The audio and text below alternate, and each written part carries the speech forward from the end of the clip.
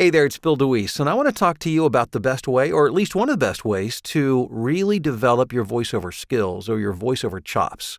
And the term is woodshedding. If you are a musician, you are probably already familiar with the term woodshedding. If not, it comes from jazz music, and the idea of woodshedding is where if you play an instrument, you might go off in isolation or play in lesser-known venues to really work on your skill and your craft and develop it so that you can take it to a larger platform. And in voiceover, we're essentially doing the same thing. And one of the best ways to do that I can think of is recording e-learning.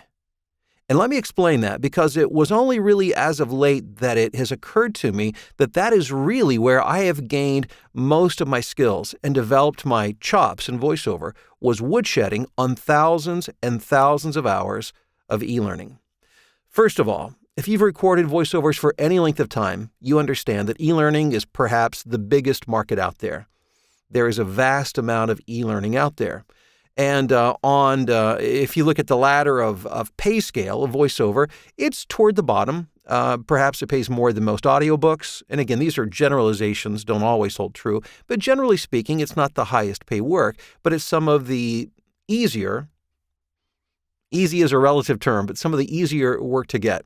And early on in my career, I recorded a huge amount of voiceover. And over time, I've been able to evolve into recording more commercials and explainer videos. But earlier on in my career, I remember being frustrated thinking, I want to record more promos. I want to record more commercials. I want to record more corporate type work that's more enjoyable to do perhaps, but certainly pays more. And so I found it frustrating sometimes working on a 10, 15, 30-page, 1-hour, multiple-hour e-learning projects where oftentimes the terminology was highly technical, the grammar was terrible, the punctuation was awful, and it could be a nightmare at times to read. But what I did not understand, and I'm now beginning to realize, was these were my days of woodshedding. This is where I really learned to read well. And that's evidenced by today. I make far fewer mistakes. I have much greater confidence behind the microphone. I've learned and understand how to pace myself.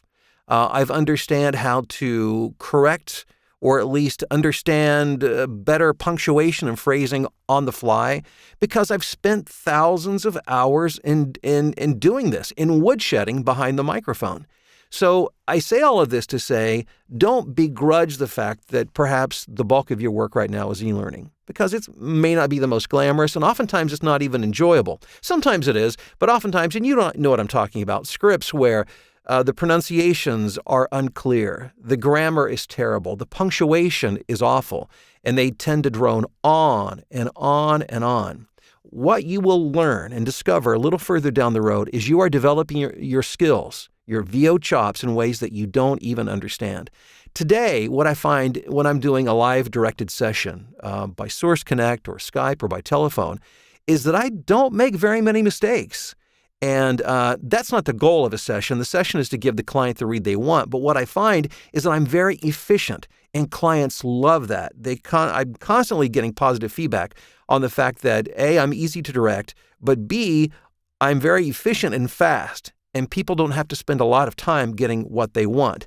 But that only comes through experience. And for me specifically, it was the experience of e-learning, where I was just sometimes going through brutal scripts that were, again, highly technical, poorly written, and would drone on and on and on. But it has developed my skills in a way that I could have never have imagined. So don't begrudge the e-learning. Embrace it. See this as your season of woodshedding, and where you're really developing your skills to take out to a larger platform in the future. So I hope that changes your perspective on something that you might find a little less than glamorous and maybe somewhat frustrating at this point in time. Develop those chops. It's serving a greater purpose for you down the road. Hey, thanks for checking out the video.